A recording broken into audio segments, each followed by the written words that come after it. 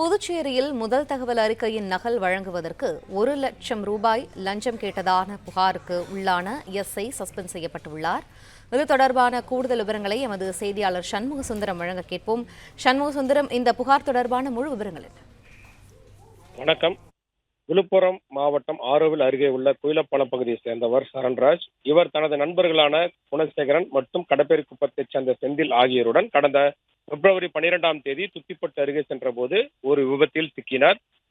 சம்பவ இடத்திலே 3 பேரும் உயிரிழந்தனர். இந்நிலையில் இந்த வழக்கு குறித்து வில்லியனூர் போக்குவரத்து போலீசார் வழக்கு பதிவு செய்து விசாரணை மேற்கொண்டு வந்தனர். இந்நிலையில் கடப்பேரி குப்பத்தைச் சேர்ந்த செந்தில் என்பவரின் சகோதரர் முத்து முதல் தகவல் அறிக்கை எஃப்ஐஆர் நகலை வில்லியனூர் போக்குவரத்து போலீசாரிடம் போது அந்த போலீசாரினுடைய சப் இன்ஸ்பெக்டர் பாஸ்கர் என்பவர் 1,00,000 கேட்டதாக கூறப்படுகிறது. இது குறித்து வீடியோ மற்றும் பல்வேறு ஆதாரங்களுடன் முத்து காவல்துறை தலைமை அலுவலகத்தில் டிஜிபியிடம் புகார் அளித்ததாக கூறப்பட்ட நிலையில் தற்போது அவர் சஸ்பெண்ட் செய்யப்பட்டுள்ளார். மேலும் ஆயுதப்படை இடமாற்றம் செய்யப்பட்டுள்ளார். தொடர்ந்து காவலர்கள் சஸ்பெண்ட் செய்யப்பட்டு வந்த தகவலானது காவல்துறை வட்டாரத்தில் பெரும் அதிர்ச்சியை ஏற்படுத்தி வருகிறது.